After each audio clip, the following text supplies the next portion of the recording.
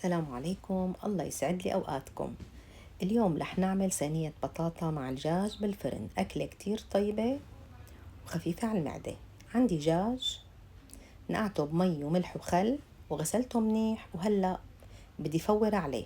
يعني بدي حطه بالطنجرة وحط له مي، اغمرهم بالمي وبس تغلي اتركهم دقيقتين 3، وبعدين بدي كب هالمي كلياتها اتخلص منها وارجع اغسل الدجاج ونظف الطنجرة ورجعهم للطنجرة. دجاج مع مي، بغمرهم بمي وبستناهم كمان ليغلوا.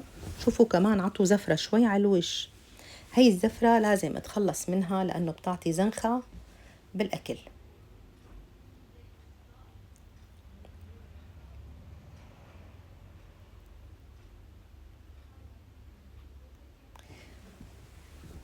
وهلأ لحط المطيبات اللي هن ورق غار، بصلة،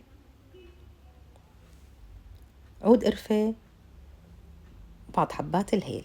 اللي هغطي الطنجرة كرمال يستوي الدجاج، وأنا بهالفترة حاشتغل بالبطاطا. قشرت البطاطا وغسلتها وقطعتها دوائر بهي السماكة. شوفوا هيك بدي سماكة، ما بدي اياها رقيقة ولا بدي اياها سميكة كتير، بهالسماكة كتير منيح. رشيت له رشة ملح، وهلأ حميت الزيت على النار كرمال اقلي البطاطا نص قلية، ما بقليها قلية كاملة لأنه هون هي حتكمل استواتها بالفرن، يعني مثل هيك.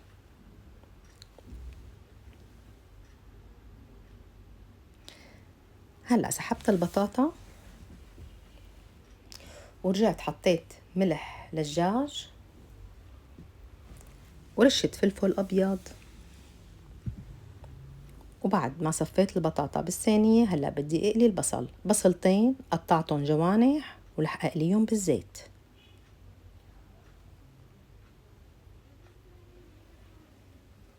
لما هلأ بصير لونهم أول الذهبي بدي اسحبهم، رح حطهم فوق البطاطا.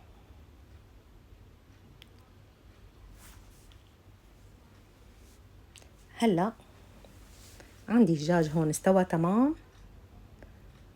هلأ بدي اخد الدجاج وصفه فوق صينية البطاطا والبصل.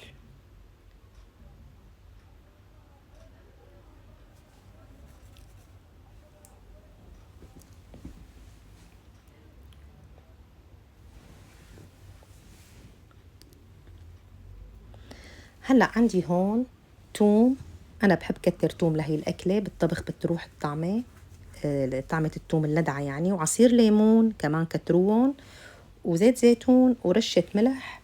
توم دقيته وخلطت هدول المكونات مع بعض مع رشة فلفل. هلأ هون عندي مرقة الدجاج، يا أما بكتها مثل هلأ مو شايفين فوق الصينية دغري، يا أما بسكب خليط العصير الليمون والثوم والزيت الزيتون فوق المرقة وبكتهم كلهم سوا. يعني نحن بصير الطريقتين، يا بتحطوا كل وحدة لحال يا بتخلطوهم فوق بعض وتسكبوهم مرة واحدة. أنا سكبت المرقة أول وبعدين سكبت خليط عصير الليمون والثوم. هلأ عندي صوص التحمير اللي هو معلقة دبس البندورة مع معلقة دبس فليفلة مع شوي زيت زيتون مع رشة ملح، لأنه أنا عندي دبس البندورة هون حلو والفليفلة حلوة. هلأ حركتهم منيح ولحطهم على وش الدجاج. هلأ حأدهن الدجاج كلياته بهذا الصوص. طبعا أنا بهالأثناء شعلت الفرن وحميته مسبقا. أنا هون نسيت صور في نقطة مهمة، إني أنا حطيت قطعة سمنة صغيرة على كل قطعة دجاج كرمال تضل طرية وما تبس، وهي كتير نقطة مهمة انتبهوا، بس أنا لقيت هذا المقطع ماني مصورته، فلازم نحط على كل قطعة دجاج قطعة سمنة قبل ما ندخلها الفرن. هلأ أنا كنت محمية الفرن، تركته شاعل من تحت بس، وحطيت الصينية تقريبا أخذت من نص ساعة لتلتين الساعة، وبعدين شعلته من فوق وحمرت الوش. وهيك كانت النتيجة. بتمنى أكلتي تنال إعجابكم، وبتمنى دعمكم بلايك وتعليق حلو مثلكم، وشكرا كتير لمتابعتكم.